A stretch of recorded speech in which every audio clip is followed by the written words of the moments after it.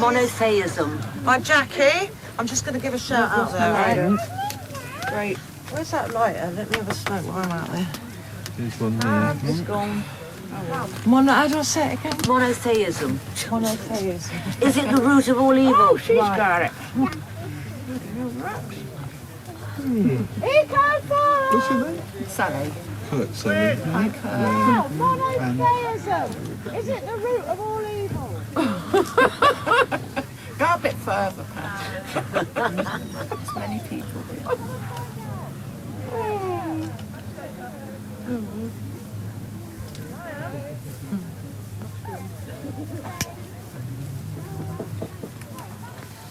So where do you live?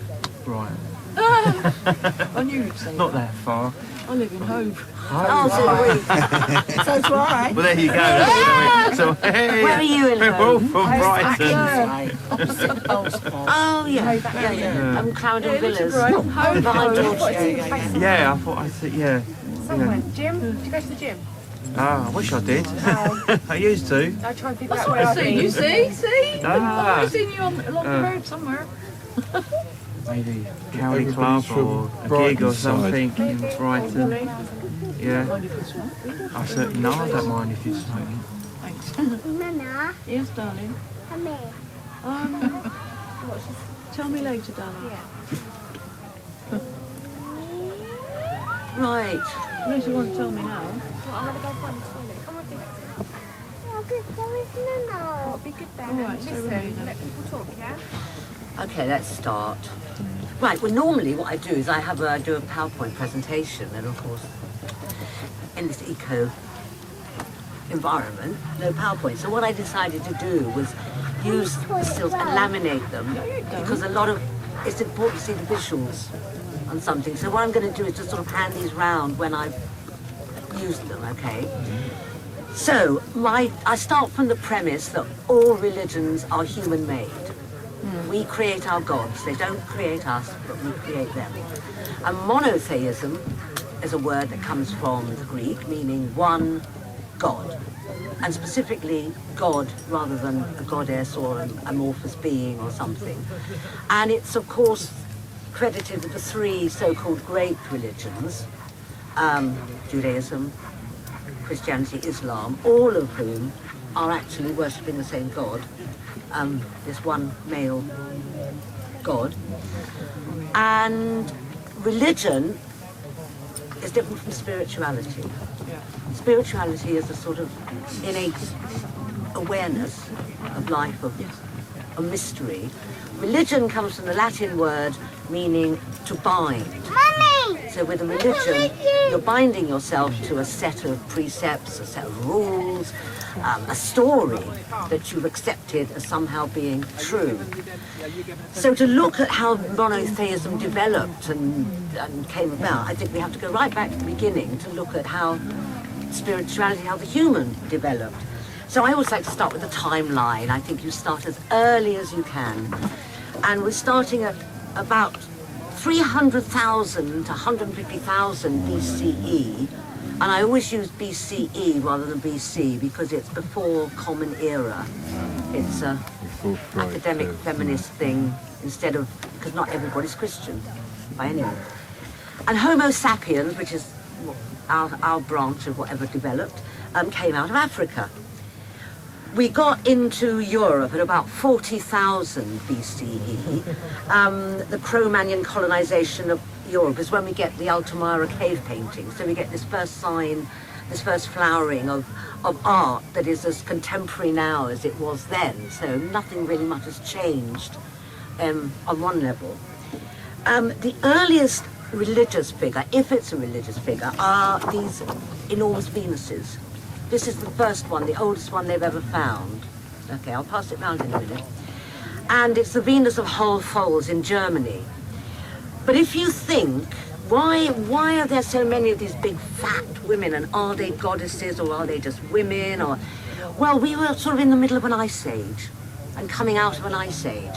So you have short lifespan, you have incredibly hard life, you have lots of sitting around in caves, I would think. So fatness, fecundity was probably all part of something to be worship, something to be wanted, because you didn't have many people. So life, big fat healthy mamas, big tits, giving life would be very important for the genetic future of the people. The last ice age ended about 10,000 years BCE. Okay? And we then, don't pass that round there. We then get the earliest sort of what they think is a temple complex, actually in Turkey, which does seem to be the cradle of a lot of our civilization, a place called Göbekli Tepe. Have you ever heard of it? Göbekli Tepe. What's extraordinary about this place is it actually comes from a period of hunter-gatherers. So it's earlier than Stonehenge, it's earlier than the pyramids, but it was this set of big carved, decorated stones with lots of animals, with some human figures that were deliberately put up. And some people think this may be the original of the story of the Garden of Eden, because when they came to this area, it was a very rich, fecund area. And the people, all the hunter-gatherers would come, because it takes a lot of people and a lot of years to actually build and carve these monuments. And gradually, so many people came that this wonderful, rich area got, all the animals got killed, got eaten, the grass got worn away, and they do reckon this may be, there's one tree left in this now desolate area that they do call a sort of sacred tree, which may be where we get the story from of the Garden of Eden. At some point, this was deliberately buried and covered up. And it was actually only discovered fairly recently. But it's hunter-gatherer, and again, it gives us this idea that there's this innate sense of some sort of wonder, something amazing. Our relationship with animals, our relationship with nature is all represented there. The first human settlement that we know of, and I'm sure they will keep finding more as they keep finding different things, again is in Turkey, and it's a place called Çatalhöyük. Have you heard of Çatalhöyük? This, as was a village, a settlement, they can find no evidence of war or fighting or destruction over something like a 200-year period. So this is the first sort of almost village settlement. And what you have there, my printer is almost as old as I am, so some of the pictures have got a bit stripy, so you have to forgive me. You have this image, again, an enormous woman sitting on a throne, or a seat, with lions. And this is a recurring image throughout the development of the religion that's turned into monotheism, was the goddess with the lions. Now, whether she was a goddess or whether she was just a strong native head woman, we really don't know. But the fact that this image is a recurring one that's been used in spirituality and religion for thousands of years, I find very interesting. So there's that one. Where we really get the start of this idea of a dominant god is with the development of cities. And the world's first known city is actually this, now it's this sort of hill in Uruk. And again, we are in the Iraqi, Turkey, that area, all our civilization, religion, our religion. Because I'm not talking about what goes on in South America or Africa or anywhere else. It's our culture that interests me, and I think it's important for us to recognize. So the development of cities led to the idea, so you've got more and more people in one place, you have the growth of an elite, you have a leader, you have the leader that then has this sort of deified quality, so the king or the queen, and usually by now we're getting into kings. So we're only 4,500 BCE, so it's actually fairly recent. But quite a lot of these city-states that were scattered around what we know as the Middle East had their city god. A lot of them still had goddesses, because there was still whether culturally women were equal, so to speak, or not, it's difficult to say, but certainly in terms of spirituality, women was considered very important. Goddesses were important, priestesses functioned in the temples. We know that sexuality at this sort of time, when we get into Mesopotamia, where the two rivers meet, which is the real start of the civilization as we know it, we have sacred sexuality is a very, very important part of their belief system. And you have all these different goddesses from 3 different parts of Mesopotamia. They all have, you have Inanna, who has a lover son, consort called Dumuzi, who is the young god who sacrifices himself for the people. You have Ishtar, the great goddess Ishtar, and her partner is Tammuz, and again he dies young and dies for the people, and it's a representation of vegetation. I think it's the vegetation god. The god dies, the corn grows, that's the new god. With Astarte, who is in the sort of Canaanite area, Canaan, which is now the sort of Holy Land. You have Dumuzi, it's a different Dumuzi, but it's still called Dumuzi because obviously, what we always forget, I think, is how much people actually traveled and how much knowledge got passed around at this time, because we sort of taught this sort of linear idea that, they're all primitive and here we are, we've got everything. But I think, it's a lot of experience and knowledge passed around. And so all of them, these were still the great goddesses, although in the actual cities you had kings and you had armies and you had war and you had all those things. But spiritually, you still had these very powerful goddesses, and the young god, who of course need I say is what then became Jesus, but it's like a real thing rather than this symbolic idea. Whether they did sacrifice someone in the early days, maybe they did, maybe they didn't, but certainly symbolically, the goddess is constant, and the young god comes and goes. Oh, other way, sorry, darling, sorry. By the time we get to Egypt, of course, we all know Egypt, that is wonderful about, collection of gods and these sacred animals, and it's all based in the Nile and what is happening, what is giving them life.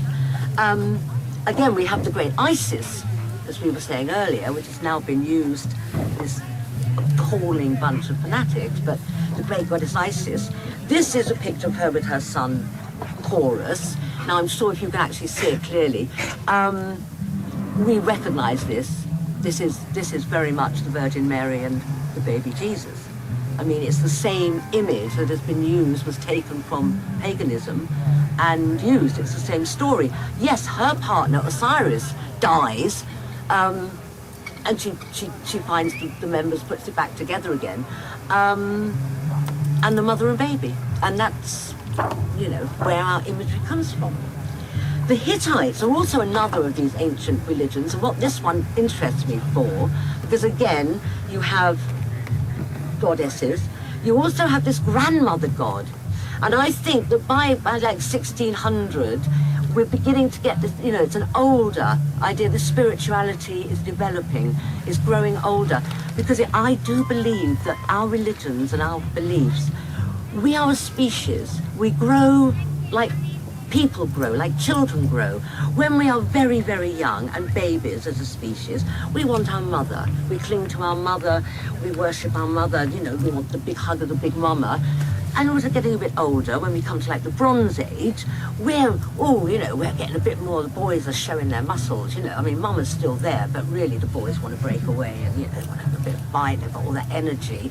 By the time you get to the Iron Age, well, the Iron Age ego, wants to take over. It's iron, we have this power, women are weak, blah, blah, blah.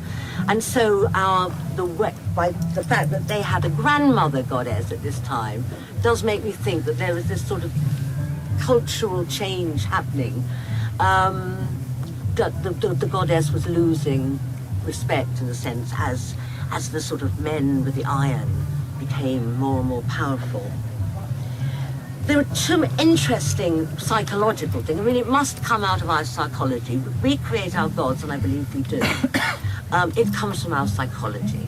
Now, there's a very interesting theory, this man called Julian James, that up until, like, sort of late Bronze Age, the brain was divided in two and worked two separate parts almost. One part was like a god, it spoke to us, and the other part acted on it. It's the voices that you hear in the Iliad when the gods speak. We don't get the idea of the ego, the I, until about, what did we, sort of 1,500 BCE, when you get the sort of stories from the Bible, and you get the stories of Odysseus. And both of those are the first time you actually get in literature written down this concept of I am, and I challenge the gods, or I am the god, and you do what I say. So whether this is true, so that all that, when you read something like the Iliad, and you hear the god, these people are just experiencing this. It's a different consciousness, it's still a developing consciousness, it's a young consciousness, it isn't fully adult. Dean Hamer, of course, believes we have a God gene. Now, I don't like the name God gene, because again, it implies, oh, it's just because you're going to worship that God we ought to. But it's not, it's a spiritual gene. He has discovered, he's a geneticist, and has discovered that within our genetic makeup, many of us, quite a lot of us, I think quite the majority, have a gene that makes us open to spirituality and mysticism. Now, whatever story you want to put on it, I mean, if you're a Buddhist and have a mystical experience, you're going to have it in Buddhist. If you're Christian, you're going to have Christian. If you're Jewish, you're going to have Jewish. I mean, it's just where you live and what you know. But it's not that that God, that one big monotheistic God is the God. It's just that we do have this propensity to actually have this sense of mystery and awe and awareness and unknown things in us, and it's quite natural. The first person to actually come up with the idea of... Could I just ask a question? Yes, of course you can. I just wondered, when you said, and it's quite natural, why would it be natural? Because if it's genetic, it's natural. What would it be there? What would you mean, what would it be there for? Well, if it's something inbuilt within us, Yeah. what is its purpose? I mean, do animals have it? I don't know. We don't know, do we? But what is its purpose? Maybe it's partly, usually these things develop a survival mechanism in some way or other. Maybe it's a way of respecting your environment. If you're an early hunter-gatherer or a hunter, or you live off the land, you have to have a sort of relationship that we actually don't have anymore, us city folk. Or could it be an inbuilt knowing that there is something else?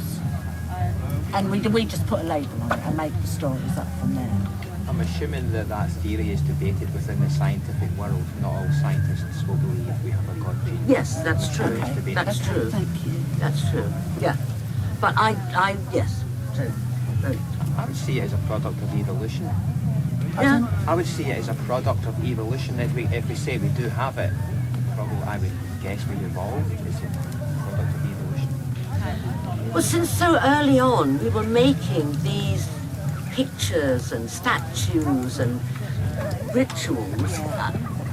There has to be something innate, whether it's about coming together in groups and how you bond as a group, and I don't know, but in that sense, it's out of our nature rather than something that's been superimposed on us. You know?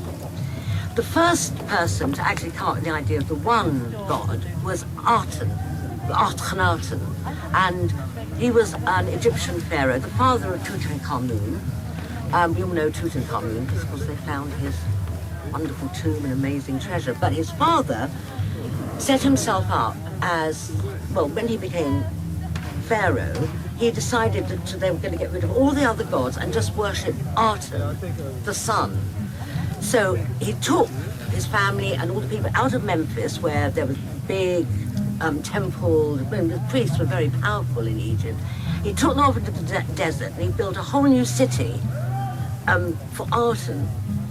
And if you look at his pictures and the pictures of him, the statues of him, he's a very strange shape. It's a completely different art form, if you like, to anything else in Egypt. But they have found his skeleton, they have done tests on it.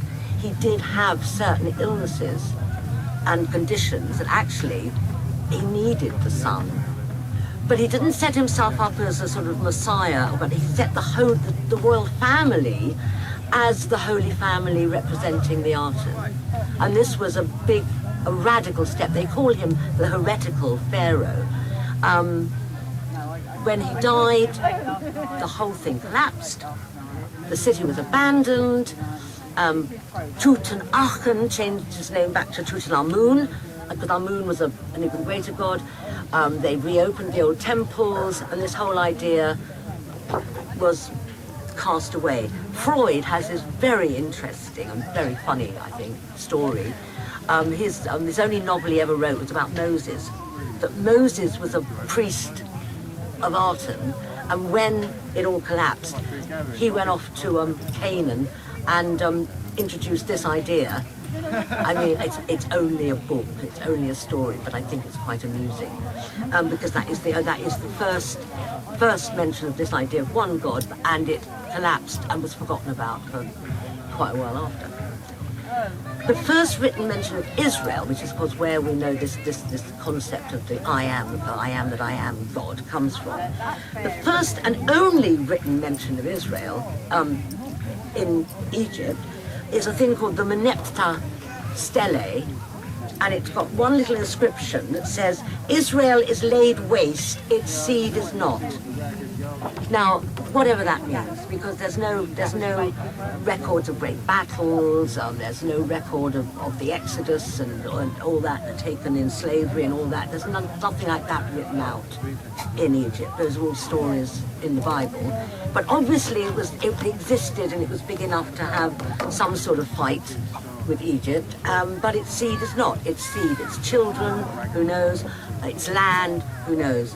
But Israel is laid waste, so whatever happened, they lost, but nothing to do with the God.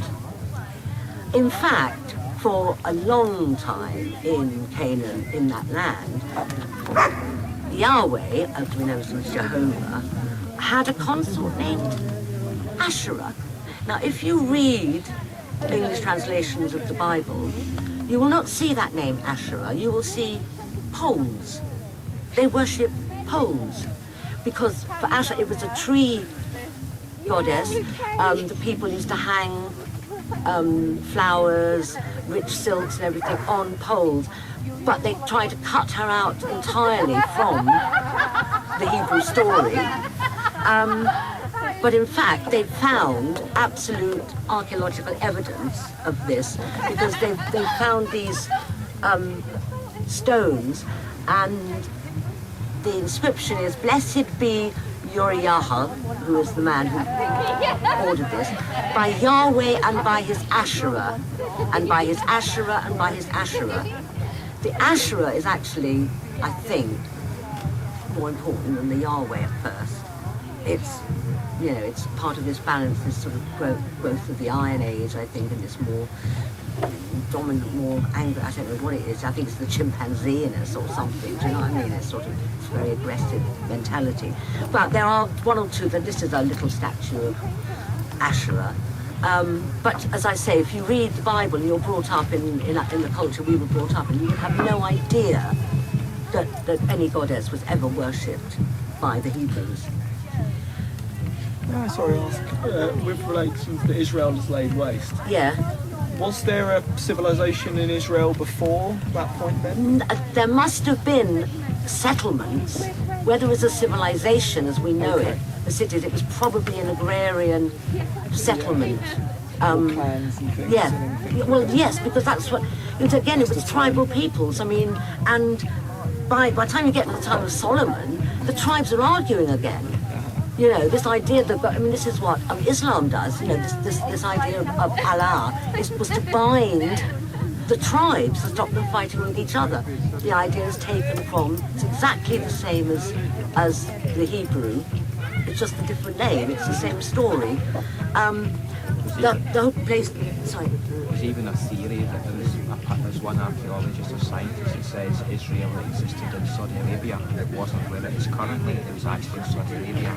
So there's all What was in Saudi Arabia? Israel. The land they call Israel was actually in Saudi Arabia, not outside. Absolutely. I mean, the thing is, there is so little, if almost next to no, archaeological evidence about the great stories of Solomon and his glorious city and David. There is just not the evidence. Actually, there's a kind of it was reported recently.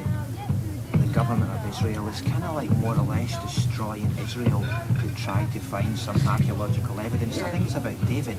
Yeah. They can't find They anything. can't find anything. It's a story. They've destroyed an Arab village to try to, and they still haven't found the evidence that they're allegedly looking for.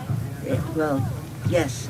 Because this is the period that the Bible actually gets created and written down. The kingdom, there's two kingdoms and they split. So you've got Israel in the north and Judah, and Jerusalem is in Judah in the south. And there were waves of deportation to Babylon in about 597 BCE, 87 and 82. It wasn't everybody, the land was not emptied, it was the elite that got taken to Babylon. And they lived there, and a lot of them lived there for a long time, and they were there for about 50 years, and they were very comfortable. Yeah. I mean, I'm really interested in the concept that it was the elite. How do we know that it was the elite? Because it actually says in the book, and they also found the evidence, and it was very interesting because they showed a documentary on the BBC. Now parents would shout at me and say, "Oh, you can't trust BBC documentaries," but this one they didn't want to let on, and so. But they have the archaeological evidence that somewhere around Hebron, further down here, nothing changed. Nothing changed after the Babylonians, nothing changed after the Romans, when Jerusalem got destroyed, because that was just like destroying the Vatican City. It wasn't destroying, in the great Exodus and the Jews are in the diaspora and all thrown out. And it's just, Jews have been tradesmen for millennia and have been traveling. Well, down here they found evidence of under an Arab village, another Arab village that they threw all the Arabs out of. They found evidence that the civilization down there had just carried on. This city had Jewish symbolism, it had Roman symbolism, it had pagan symbolism, Muslim. I mean, everything was there. It was obviously very wealthy, and everybody lived together. And they don't want you to know that. They don't want you to know that. So, as far as I'm concerned, and certainly I'm a great follower of the work of Shlomo Sand. I don't know if you know Shlomo Sand, or my wonderful maverick philosopher, whose name I always forget, who wrote The 13th Tribe. Koestler. Arthur Koestler. Arthur Koestler, that's right. Well, the only genuine, we can say, people who've been there since the beginning, I think, are the Palestinians. Rather than, because modern Jewry is mainly European and comes from a time when the kingdom in sort of Russia, Poland, that area, there was a king there, there was Muslims down here, this is like the Middle Ages, just before the Middle Ages, there's Christians over there, and he decided that his kingdom would become Jewish, to become a sort of barrier between the Muslims and the Christians. And so that's where Ashkenazi Jews, so-called European Jew, comes from.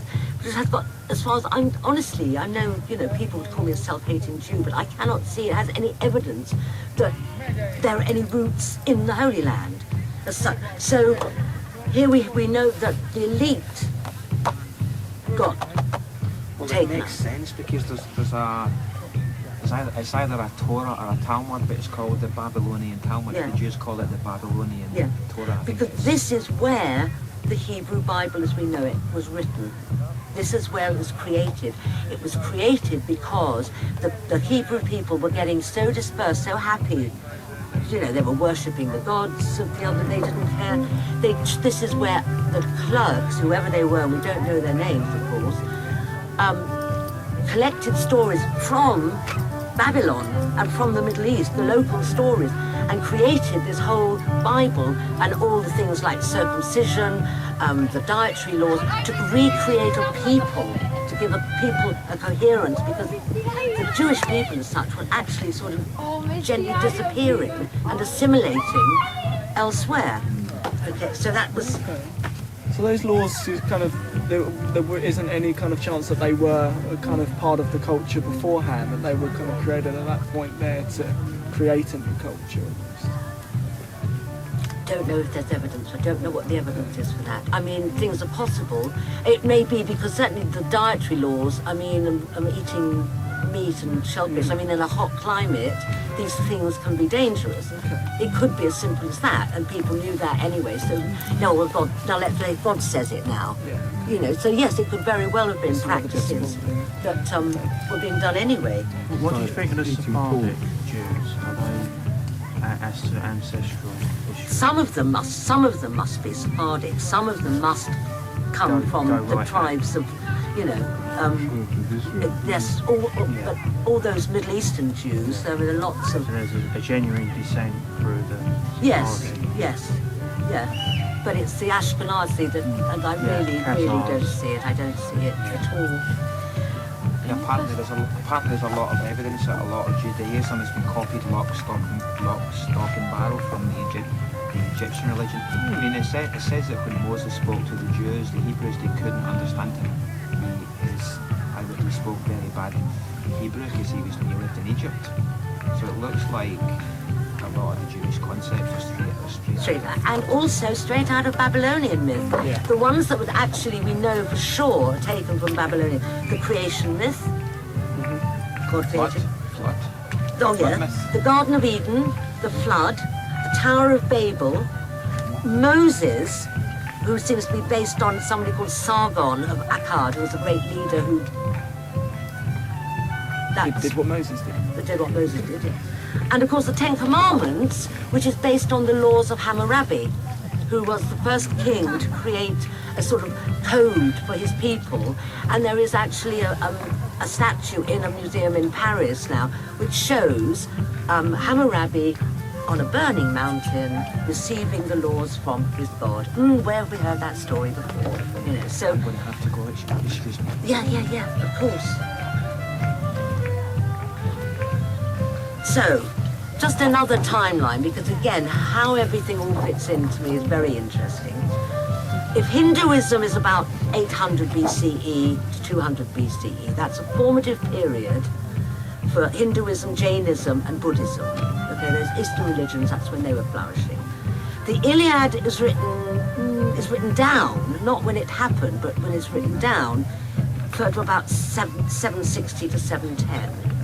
Okay, so again, I do believe that those stories got round, spread.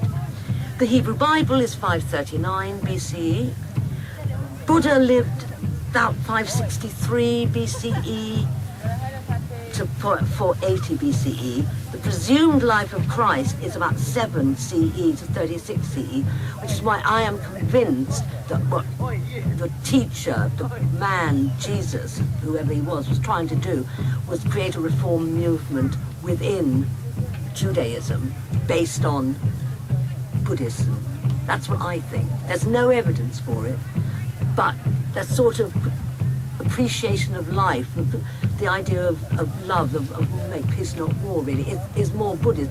And because I think he was actually working within Judaism and wanted to stay within it with no intention of making another religion. That was Paul. Paul did that. And he lived about 5 CE, so we're into the sort of historical era now. Am I going on a bit? Oh no, to about 67, and he was the one who came up with the brilliant idea of, we will open this up to the pagans. We've got the goddess, we've got the Mary, we've got the young God, we've got the Jesus, we've got the death and the rebirth. And so the pagans accepted this quite happily. Oh yeah, one god, one goddess, another god. You know, names have been changed for millennia. The New Testament was actually put together at the Council of Nicaea in about 325. And so that was a bunch of bishops sat round a table and said, we'll have this in, we'll have that out, we'll have that in, we'll have that out. That's, again, it's a human created book. St. Patrick, 5th century, and apparently it's because of St. Patrick that the Virgin Mary was accepted into Catholicism, because at first they wanted to get rid of any sign of the female, any sign. But they were having difficulty spreading this idea, and till he went to Ireland, and then he sent back a message going, look, all we've got to do is tell them about Mary, and they're fine. They love it, no problem. So, and that's what happened. Of course, Muhammad then happens at about 570, and he wants to have, thank you, bye-bye. He now wants the same sort of book for the Arab people, and so he uses exactly the same stories. Oh. So, because I thought if I'm going to do this, I sat down and I read the Quran, I read the Bible, I read the New Testament, and it's just, it's the same. It's exactly the same. The Jews got it wrong because they didn't follow Allah. They should have followed Allah. He was Allah, and but it's exactly the same thing. Exactly the same. You think, so. And then the Quran gets written down immediately. About 650, they collect the story. So it's all much closer to what happened. But it's all the same story.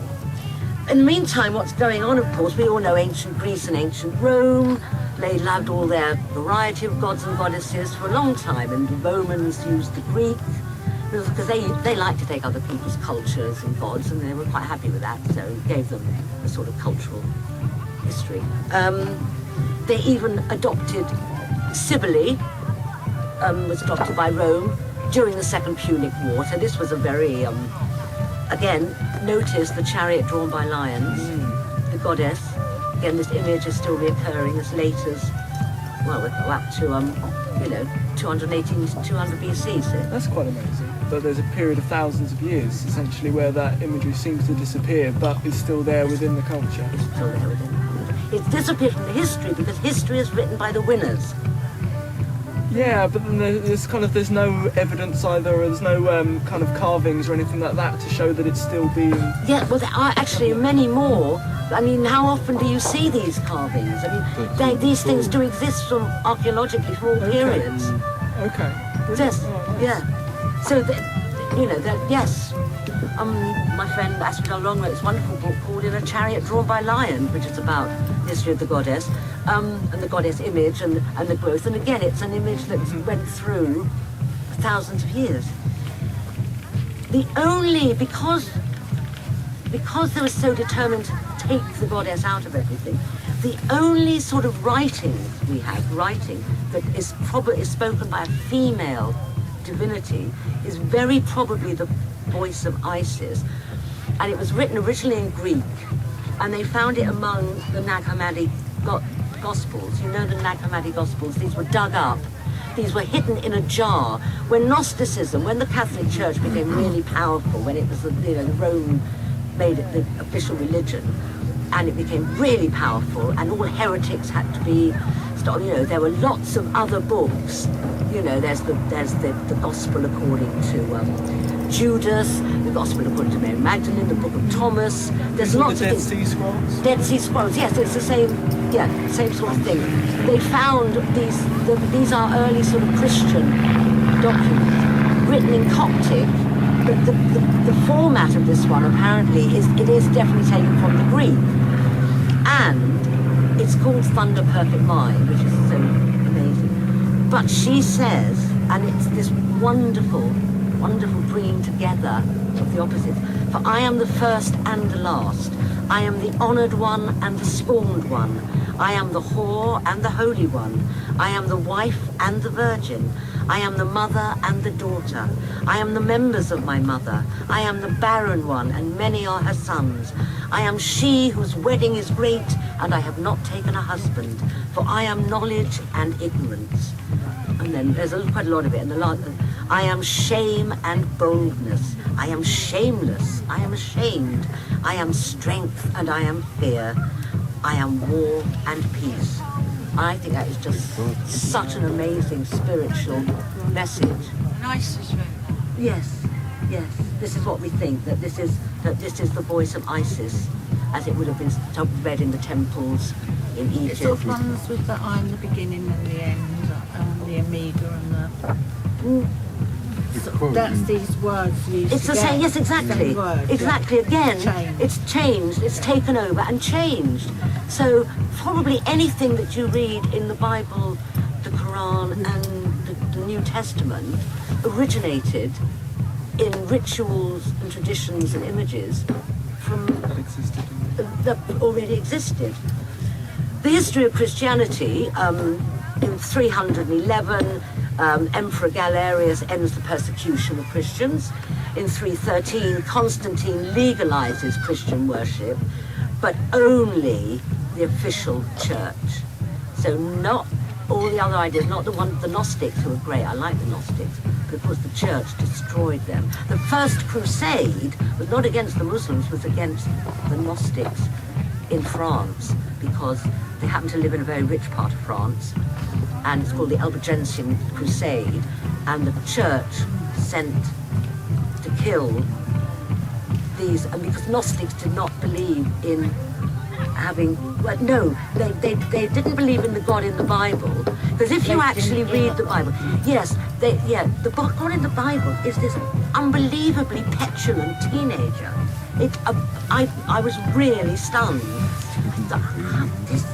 It made me actually think for a moment, yeah, maybe they were visited by spacemen, when some nasty little creature, because really, if you actually read it, it's horrifying. It is a petulant teenager's voice. No, you'll do what I say. No, we don't have to do that. Oh, you can do that. No, you won't do that. No, I changed my mind. You think, no, this is insanity. It's absolute insanity.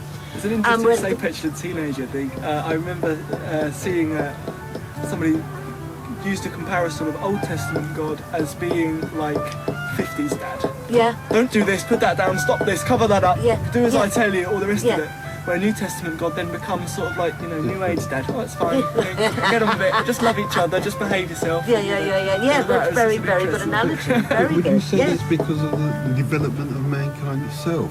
Yeah, and there's talks about it. Because Moving you away can say from law mankind to- was like a child, and as he developed his mind, God ceased to want to be there guiding them because they could guide themselves. Possibly, but then why do we have fanaticism and fundamentalism? Because they're Exactly, misunderstanding they still everything, But because they still believe in the differences that the stories have told them that they are. They're all told this, they don't realise, I don't think, that it's all the same story. So they say, my story's right, Yeah. this is the right story. Yes, yes. Well, it's because And the struggle into civilization. When you go from tribal cultures and you build up into larger developed tribes, and then you move into kind of pre-civilization and get into big civilization. There's all those growing pains in between. It's what you said. When you come about it, it's someone who's very intelligent Yeah, who picks and chooses, right? yeah, exactly. And then turns around and sells it to Exactly. And Exactly. misses out a lot of Marketing history, information, isn't it? right? Christianity, really. Sorry. It's the best marketing ever done. Ever done. I mean, to me, the Roman Catholic Church is It's a the big marketing, global yeah. business, and it has been for 2,000 And they years. know how to do it, and they've had that brand name going Yeah, for absolutely. 2000 years. What Absolutely. success. And politically and military Yeah. is kind of part of it as well. Yeah, the old, what do you call them again? The brain's going. You've got the head of the Catholic Church. The Pope. The Pope, yeah. They were all warriors, weren't they? Oh yes, yeah. Well, it wasn't until 380 that Emperor Theodosius I decreed Trinitarian Christianity was the state religion. That's the Father, the Son, the Holy Ghost, which of course Trinity. again is taken from the triple goddess, the daughter, the mother, the crone. Same idea. And in 391, paganism is actually finally outlawed in the Roman Empire. There's only a little bit more. Another timeline, destruction of the Jerusalem temple, 700 CE, so that's in the modern age. The last Roman emperor abdicated in 476, which was the end of the Western Empire, but not the church. The church carried on, and in fact the Pope uses some of the titles of the emperor. The life of Muhammad happened 570, sort of 100 years later, and immediately there's a split between Sunni and Shia. You know, who is going to be the next one? Is it going to be the son-in-law of Muhammad, or is it going to be the imam? And you know, they're killing each other ever since over this. Protestantism, Catholicism, it's the same thing. You know, anyway. The First Crusade, 1095, against the Muslims. The Pope, I mean, there's two, I mean, again, parents would be horrified to hear me say this, but yes, it's always been a very aggressive religion, because it actually said what the difference between Judaism and Islam is that Judaism says we are the one people, that's it, we are the one people, you're outsiders. Islam says everyone's got to be like us. You've got to go out and spread this to everybody, and immediately they started going out and spread it, you know. And so from the word go, it's been a very aggressive, very colonizing religion. Not both of them, you mean, or just Islam? Islam. Because they're both are colonising, aren't they? Well, I think all religions go through phases of being proselytizing. I think the Holy Land, I think the Palestinians who are there today, at some point in their history were Jewish. Another point, there were tax breaks for this, there was dues for that. Do they change? People change, you know. You don't care really, you know, just want to live a quiet life and not be taxed too much money. Because Muhammad, they actually went to war, didn't they? To spread Islam. Yes, exactly. But he says to do that, which is what's different between Judaism. I mean, it's the same God, but Judaism, yeah, God said go out and kill everybody else and it'll be yours. Islam says you've got to go and kill everybody else if they don't follow us, then you've got to kill them all because. You know. But also Judaism wasn't really one to spread like Christianity or Islam. You had to be born Jew. Your mother had to be Jewish. The line is it's an exclusivity. Absolutely. And also it's such a high accolade. We are the chosen people. I know. We are the ones that God has. I know. I mean, and so that's confrontational in itself. Yeah. But I agree. It definitely wasn't a go out there and say, right, you've all got to become Jewish, you know, aggressive in that way. The Protestant Reformation in 1517, it always interests me a lot because it comes at the point of time when you have the burning times of the killing of many women and some men for witchcraft in Europe. And by the time you get through this, and you're in the Renaissance, by the time you get through all this, you have a new professional class of men doctors, men lawyers, men healers, and the women who played these roles for centuries of the midwife, the village wise woman, and all that is done away with, you know.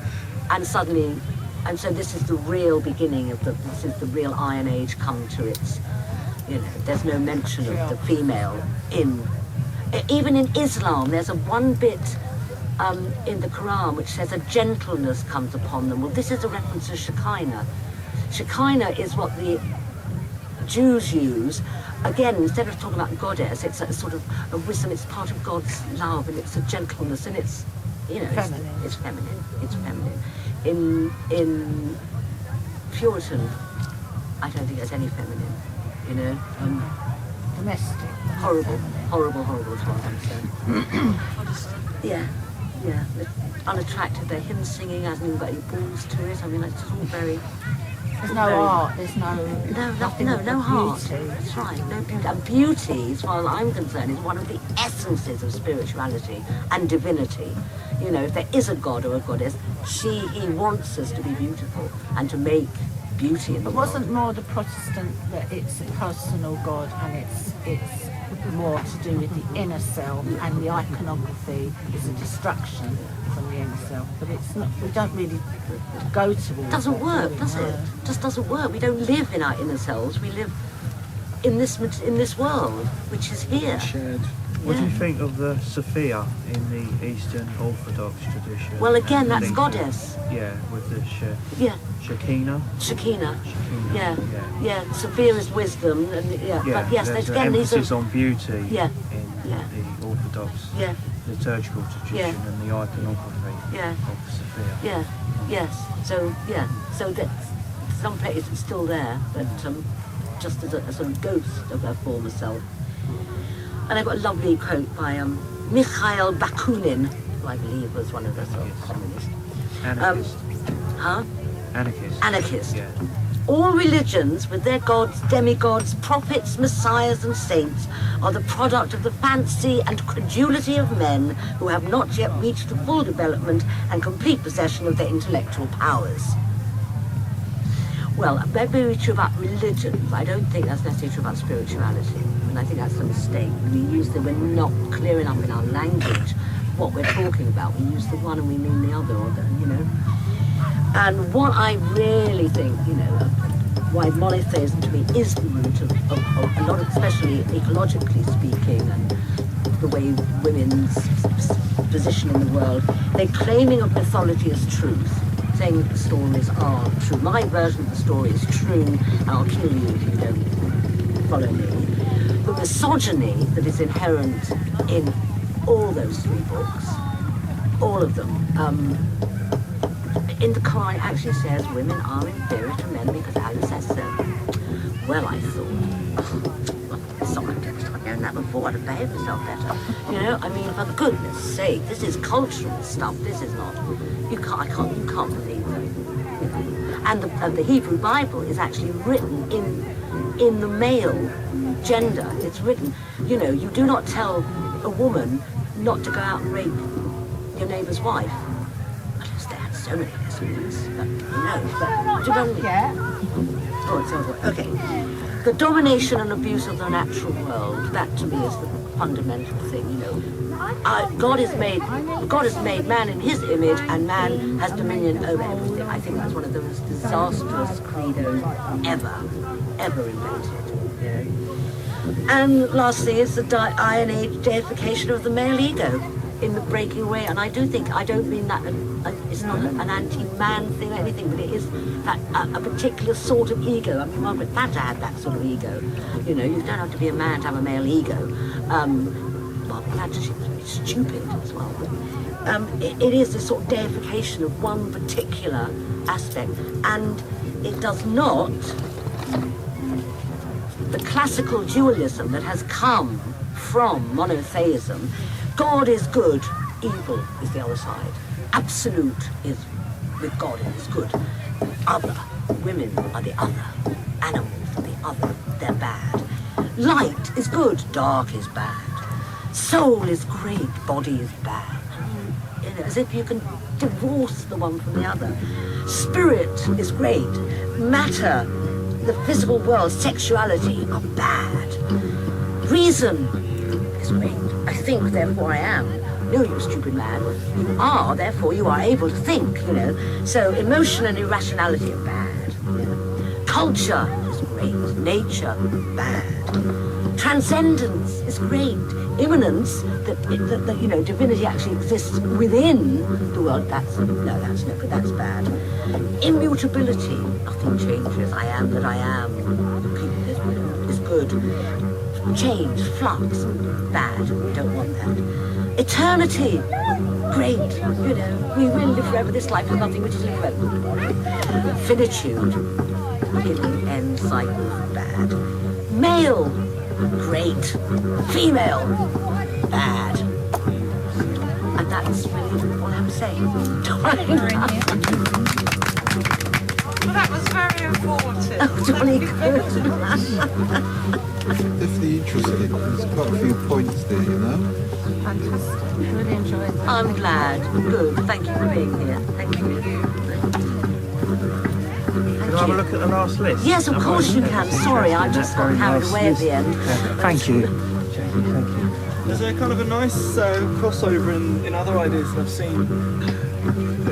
It takes it away from monotheism as being the cause of it, but it's come about because of the ego, and that when we moved from being nomadic and having to live on the land, and when we kind of started moving into kind of more developed agricultural communities, then it kind of became a point of you then have surplus of crops, and it's like, okay, well that's now mine. I've got to protect that.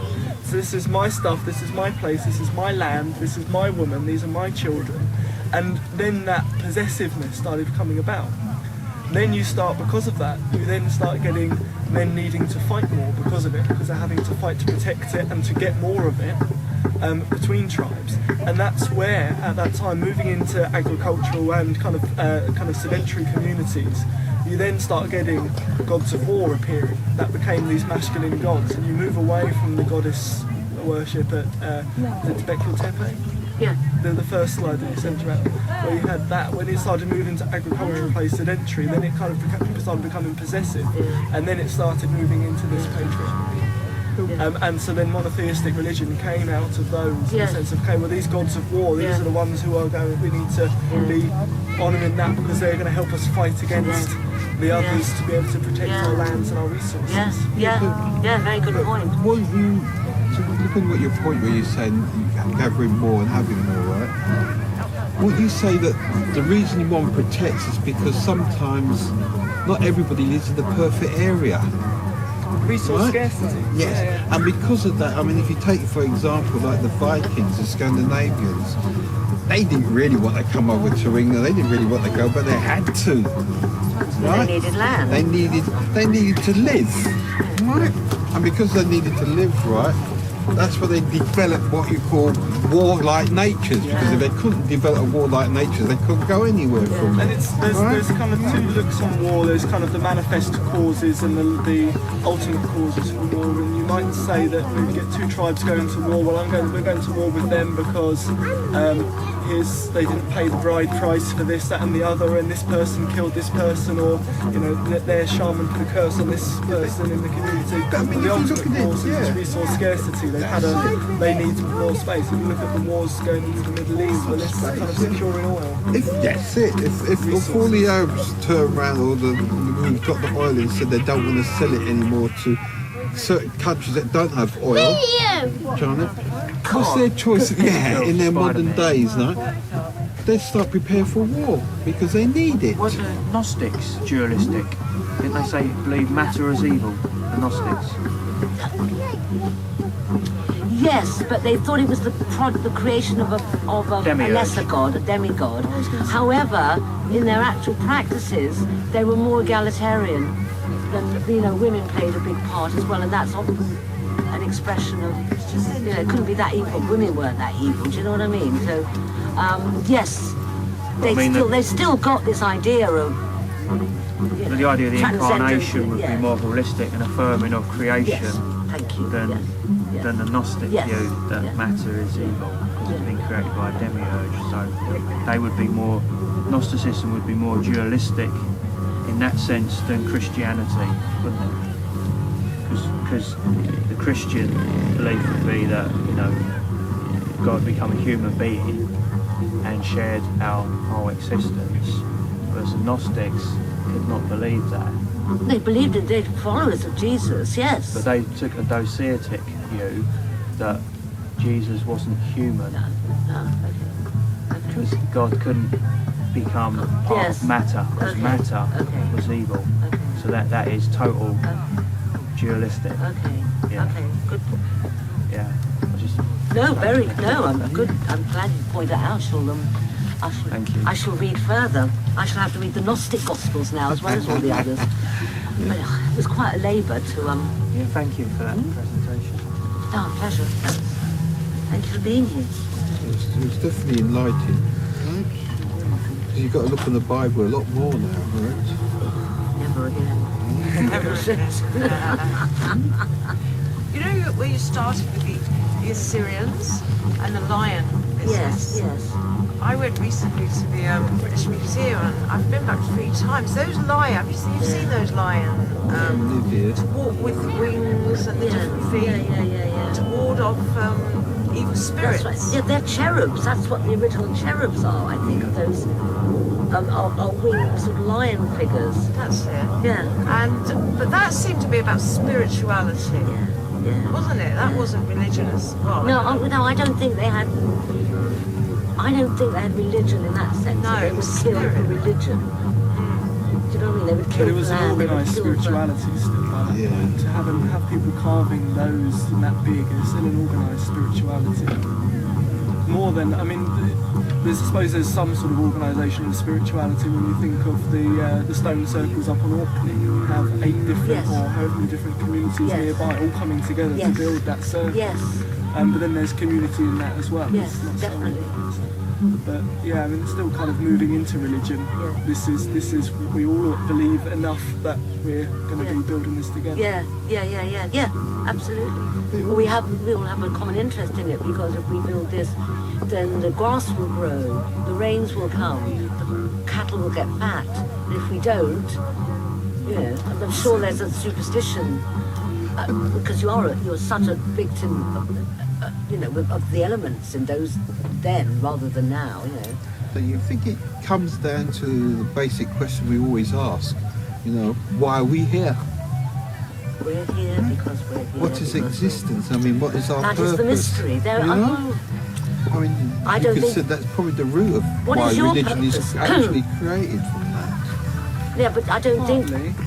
I don't think you can speak in that general. I don't think we created. I think we just developed. We came out of a pair of monkeys, and we Yeah, ate but we created mushrooms the and went, monkeys. "Ooh, there you go. Now we can talk." Basically, and that's right. But if there is a mystery, that is the heart of it. It's not there. We shouldn't be wasting our time trying to find out what it is. We should just be working out our individual reason of why we feel what we can do best while we are here, each of us. Not worry about everybody else. And I'd kind of say, maybe not necessarily religion coming out of the need to answer the big existential questions, but having come from this kind of growth from tribal communities into smaller kind of settled sedentary communities and building up, is you've got the shamanic communities that are living with the land and working in a way that's honouring the land. Then to a point, and that's for the good of the community. Those practices and those rituals and those ceremonies are so that the community all works together and their community have that good luck and kind of that good connection with spirit. So when you get to a bigger group of people, oh God, there's more of us that we need all of this energy and all of this spiritual power and luck and all of the good stuff to be coming into. But we need to organise something bigger. Okay, we need to make sure we're all doing the right thing because it's for the good of the community, for all of it.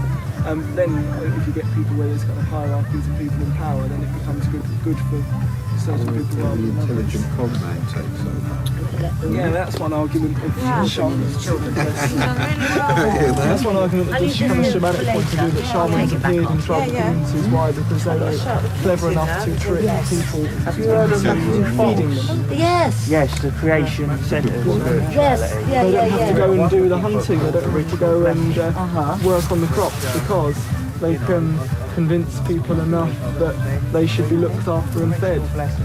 It's a real giant question mark, isn't it? It is. It is. Are all of these going on in here? Yeah, it's meant to, right?